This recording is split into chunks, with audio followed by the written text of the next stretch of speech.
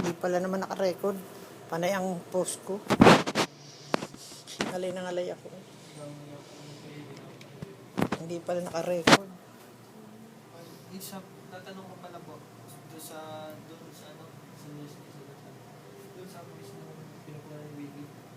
Sabi niya ay, ano, tuloy-tuloy mo lang doon yung kasa para mag-flow yung ano, yung milk, yung gatas.